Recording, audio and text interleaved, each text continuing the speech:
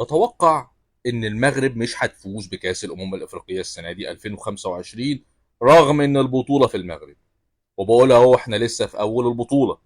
عارف المغرب خدت رابع مونديال 2022 وبطل كاس افريقيا للشباب وبطل كاس العالم للناشئين وكاس العرب 2025 وكاس الكره الشاطئيه وكره الصالات والكره المربعه والكره البتنجانيه والكره الوهميه.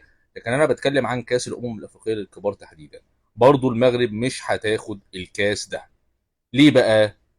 لان كده في قرف، في حاجه كده تقدر تقول حتميه تاريخيه بتقول ان المغرب ملهاش في الكار ده اللي هو كار كاس افريقيا يعني.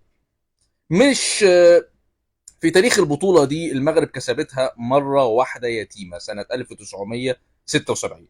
طيب عملت ايه المغرب في اخر بطولتين بنفس الفريق الحالي؟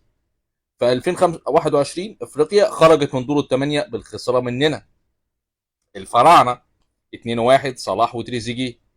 طيب ده نفس الفريق على فكره اللي بعدها بسنه هيبقى رابع مونديال 2022.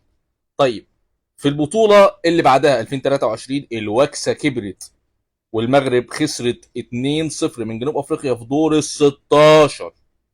عشان كده بقول لك المغرب جايز ممكن تاخد كاس العالم 2026 لكن برضه مش هتاخد كاس افريقيا 2025 على ارضها. وسيف الفيديو ده عندك وتعالى حاسبني والايام بيننا.